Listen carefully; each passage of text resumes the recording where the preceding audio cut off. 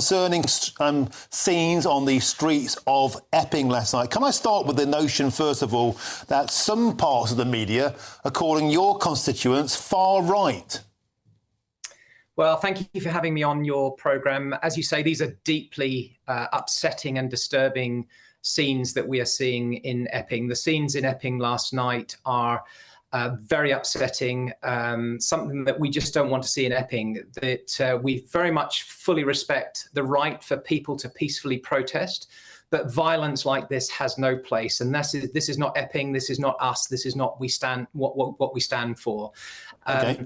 We've had some we've got a tinderbox situation in Epping just now. We've had these 3 alleged sexual assaults last week of school-aged children. And as you can imagine, tensions are running high. But last night, what we saw was people coming in from outside Epping, very much wanting to have a violent reaction. And can I first of all just say thank you so much to the police who, in protests like this, they put themselves in harm's way to keep us safe. And we have had reports, as we've seen with the sites last night, of injuries to police officers and damage to vehicles. This sort of activity has no place when we've got a community really nervous and upset. Neil, I want to push you on that previous point because you're a politician, you answer like a politician.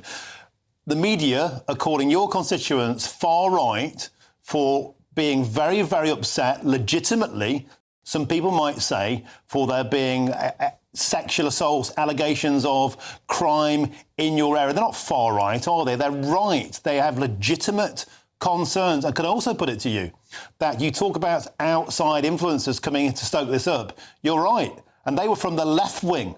It was organised people from out of town that came in. They were escorted by the police from the station into the heart of this protest. And that is when things got nasty. Neil Hudson, can I implore you to ask those people from outside of your area to stay away? Absolutely, absolutely.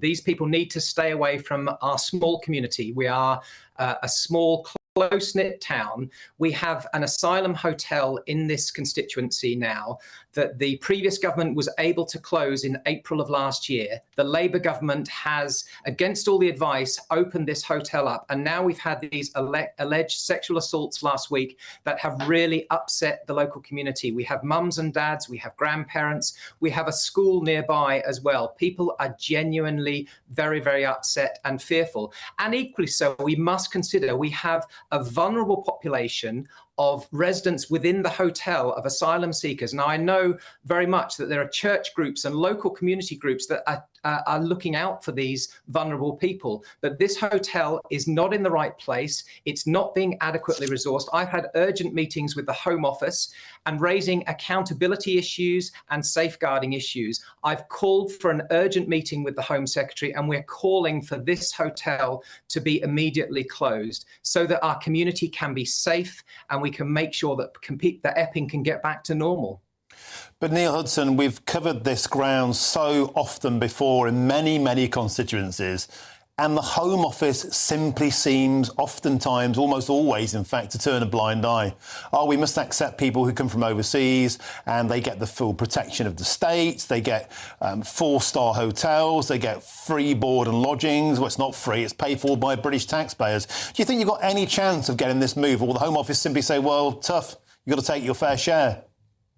We've got to put pressure on this Labour government who came into office saying that they were going to smash the gangs and address this issue. But on their watch, the small boat crossings have gone up by about 48%. There are 3,000 more people in the asylum hotel system now than there were when they came into power. They've got to get a grip on this issue, but they also have to listen to local communities. If these hotels are in the wrong place and people are actually being potentially allegedly assaulted, and we have local communities really struggling and distressed for community safety and cohesion, I'm urging our community to stay focused and united and calm. As you have said in your introductory piece, we have people from outside trying to whip this up and cause violence and attacking the police who are trying to keep us safe. I'm urging the Home Secretary, the Home Office, to get a grip of this issue, to close this hotel instantly and actually get a grip on this asylum situation, because they are letting it get out of hand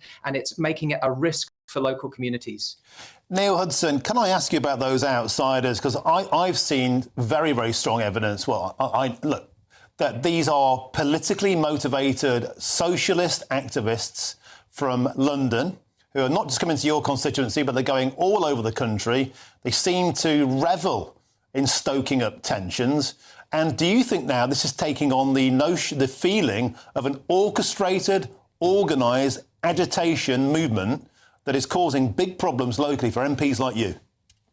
I think we need to be really, really careful. As you say, there are organised people being, protested in. There was a call to meet at Epping Tube Station yesterday evening, and I'm getting regular briefings and I'm liaising very closely with the police about this. We need to be very careful what we say, but what I'm urging the local community we need to make sure that our local community stays together, is not divided, and these people from either sides of the debate who are coming in trying to have violent protests, that has no place in a peaceful protest. And we've got to make sure this is a very dangerous, risky situation, and we've got to make sure that the police can keep the community safe.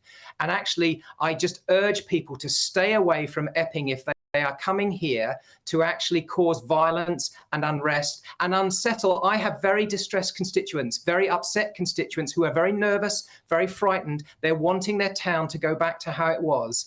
And we need to make sure that these external influences are stopped. And anyone that is breaking the law and making these protests turn into violent protests when they're smashing up police vans, injuring police officers, they need to be brought to justice. But we've got to make sure that the government acts quickly and decisively so that we can address this issue. Neil Hudson, on that, we can absolutely agree. Outsiders have no part in any of these protests, whatever their political allegiances. But I put it to you, violence has no part in the protest. Yeah, last night's protest, though, went in two parts. The first part was locals, mothers, children, parents who were concerned, and things rapidly changed when the outsiders came in. That is when it kicked off. I put it to you, the external influence coming in need to stay away. Absolutely, absolutely. That people have a right to peaceful protest and make their point, and the police are very happy to facilitate that and make sure that goes off peacefully. But if people come from outside deliberately to cause violence and mayhem, they should stay away. Firmly, they should stay away. We've got to. This is a tinderbox situation, and I'm urging people just to stay calm. Should they be stopped from even being? Should they be stopped, for example, from even being allowed to get off the train in your constituency if they're specifically coming to cause trouble? Why are they even allowed into your postcode? I can't comment. I mean, I don't know if you've caught the train out to Epping. It's the end of the line on the central line. To police that, I'm not going to comment on what the police can and can't do in terms of that. But we've got to try and take some of the heat out of this. But what we need to do is to make sure that the Home Secretary is listening. She needs to get a grip of this issue, and we need to get this hotel closed quickly. And I urge you to act soon.